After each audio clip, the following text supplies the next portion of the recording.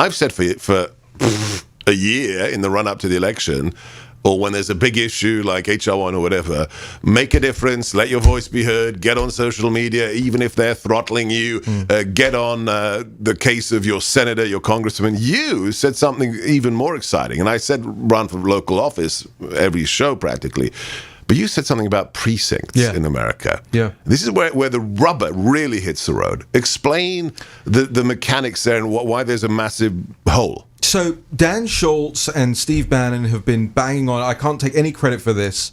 I just tried to take credit for it in my speech.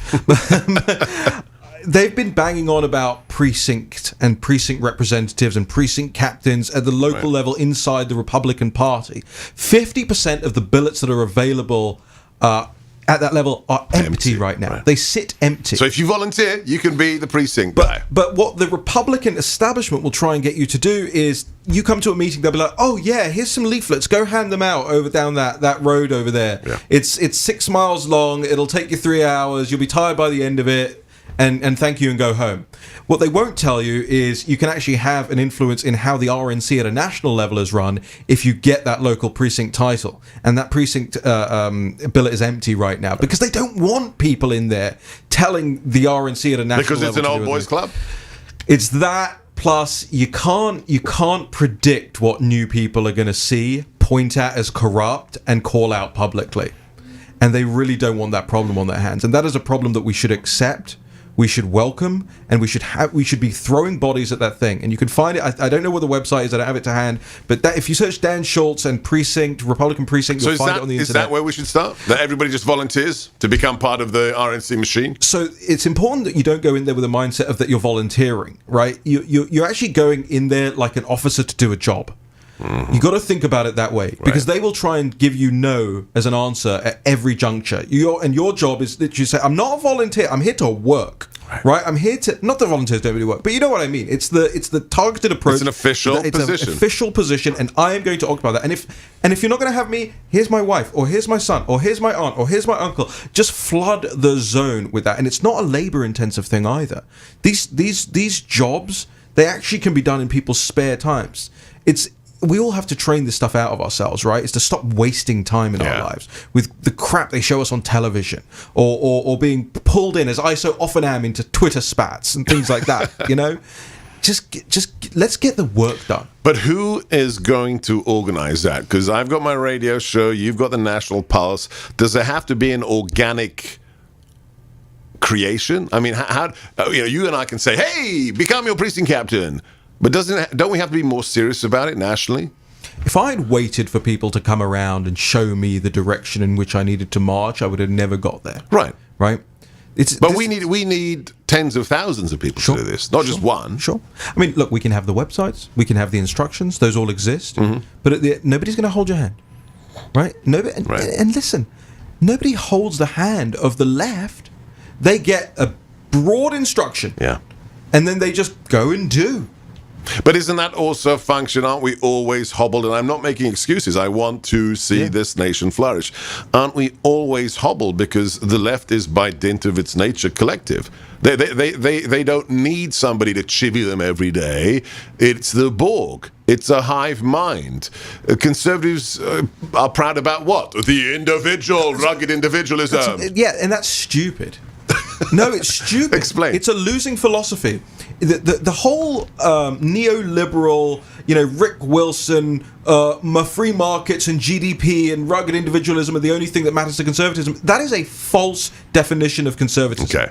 Conservatives care about their families. Conservatives care about their communities. Right. So don't tell me that we can't work in tandem. We work in tandem every day. Okay. Oftentimes families are the hardest things to corral, and you manage to go and do that. So you can do the other things as well. You can move in tandem with other people as well. And sure, there are going to be fights. They're going to be raging fights.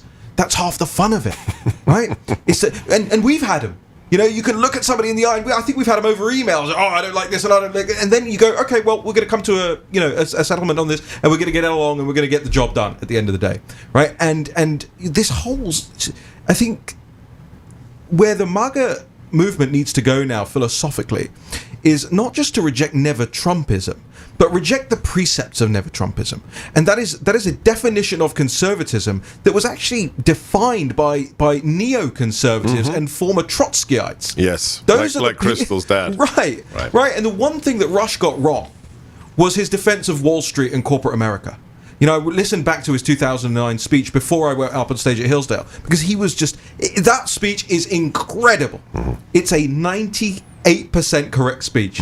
He spends 2% defending these big, what are now woke corporates. Yes. And we should have had the foresight to realise that they don't have any fealty to the country. They don't have any fealty to us. They certainly don't have any fealty to a philosophy of conservatism. Why would they?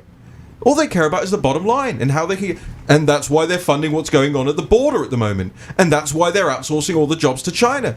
And I'm not blaming Russia, of course. This was the whole conservative mantra at the time. Right. Because what's the opposite of Occupy Wall Street? Is cheer on Wall Street? No. Actually, Occupy identified a lot of the problems. Their solutions were incorrect, but they actually correctly identified a lot of the problems. Look, Bernie and Donald Trump, the rise of those two men are not disconnected. Right. And so we need to lean into that. So let me ask you this. You're younger than I am. For me, the biggest influence was Maggie Thatcher and classic conservatism. You know, who impresses you today? Who are formative for you? Who do you always listen to as Raheem Kassam to say, yeah, that's what we need more of? Like, you know, I have VDH on my show every week. I have Lord Conrad Black every week. Who are Raheem's favorites that give you fuel? Well, there are a couple of people that I think you need to really pay close attention to. One is, and full disclosure, he's my best friend and one of my best men at my forthcoming wedding. And his name is Ben Harris-Quinney, and he's the chairman of the Bow Group. It's the oldest conservative think tank in the world, and he operates it out of the United Kingdom. From a thought leadership perspective, he's always ahead of the game. Follow him on social media. The website I think is bowgroup.org. They were affiliated with Sir Roger Scruton, and David Starkey, and all these guys. You gotta understand, conservatism as from their perspective. Over here, especially from a rhetorical and practical perspective, Matt Gaetz actually keeps emerging as somebody who, when I first met Matt Gaetz, it was at Union Pub, and I thought, this guy's a clown. I just saw him, and his hair was all high. Red shoes. Yeah. It was, and I just thought, and then I just got to talking to him, and every single conversation you have with Matt Gaetz, he'll blow you away with something. Because he gets it. He pays attention. Yeah. He reads between the lines, and he reads every line. Yeah. Right, and that's somebody who I think we're gonna hear a lot more. Look, there are tons of them out there. There is yourself, for instance. Are there enough? We listen to every day, and Dan Bongino and Steve Bannon and all these guys. Are there enough? There can never be enough. Yeah. There can never be enough. This is why I hate, by the way, when especially all these. Again, I'm going to use the boomer, but not in a generational sense. All these boomer cons try and keep people like me away from conversations. I've been kicked out of heritage events. Why? What's the harm in me being there? Like, what are you threatened about? That I can't be in the same room as you people? Right? How insecure are you in your philosophy? How weird is it that you guard, Dana Lash, like, screaming at me over Twitter yesterday because I dared to show that she signed the Never Trump National Review letter back in the day. Now she's attacking Eric Greitens. And I said, hold on a minute, you're attacking Donald Trump 4 years ago, now you're attacking Eric Greitens. Show me where you're a conservative. And all these people, they are hell-bent on just keeping this tight little club together. And it's deeply distressing because we don't need to limit the number of voices that are out there. The best arguments will win the day. That's why 16 million people went to the National Pulse in January. Big tech. Do we have an answer? Actually, do you know what? I'm very optimistic about where that's going. How come? Because look at what Andrew Torba's doing over at Gap. Agree with him or not, and like everything about it or not.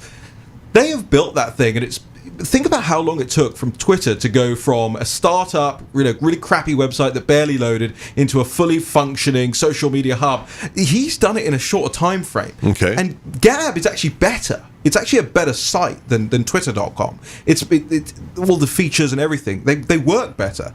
You don't think you think the cartel nature that's of it for is policymakers to have to deal with. And you know what's really interesting is that the Biden regime, as I call it, the Biden regime is actually hiring a lot more antitrust people than I think even the previous administration did. interesting? You go through But it high and look tech, at the but also big tech people. But look at the hires they're making and what these hires have been saying over the last couple of years. You know, Biden, Why would they do that, though? I'm not sure what the end goal is here. Okay. Maybe it's just to elicit more support from big tech in the long run. Maybe it's a bargaining position. I don't know. We'll pay very close attention to it. But they're hiring people who have brutalized big tech publicly for the last couple of years, you know, rhetorically. Right. So there's something interesting going on there. Certainly, the big tech oligarchs do not have access even to a Biden regime like they did during Obama. You know, when Eric Schmidt was inside the Oval Office every week and Obama hugged big tech as hard as he possibly could. Remember, he was the Facebook president. These guys are doing things a little bit differently. It's strange, and I'm not sure what's going on there, but I'm following it closely. So you don't think this is a cacophony of super radicals, vice, sleepy, establishment types like Biden? You think there's some super plan inside the regime, the Biden-Harris regime? You're making it sound like there's some mastermind going on. No, there's just 3 or 4 different factions. Okay. You know, just like there is in most administrations. There's 3 or 4 different factions, and I don't really expect that Biden will be the president by the end of the year. Oh, I think give him 6 months, and that's an exaggeration. Right, I think he's going to get the hook. I think the dogs are not the only thing that are going back to Delaware. Okay. All right, last question for Raheem Kassam. Bookmark, follow them every day at thenationalpulse.com. What do you say to those? And I get this all the time, and I get pissed off, and I tell them it's un-American, who've given up, who despair, and say, that's it, America's gone, I'm not even going to vote again. What do you say to those? You're a loser.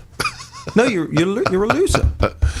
You know, winners do not stay down. You know, winners you might hit the mat, but you don't stay down. Right. You get right back up. And look, I'll say this. Yes, a lot of people were led down a lot of different garden paths with, and no offense, I think Sidney Powell's a wonderful lawyer, but Kraken there was not. Okay? And we have to be more discerning. Yeah. And we need to demand answers up front. Right. Not in 2 weeks and not in 3. Now listen, don't get me wrong. This is not a personal attack on these people. But we need to and listen. Discernment. Get away from this Q crap. Can we please finally wash our hands of this? I wish. Which is, by the way, it is a full-on left-wing psyop designed to make you stupid, fat, and lazy.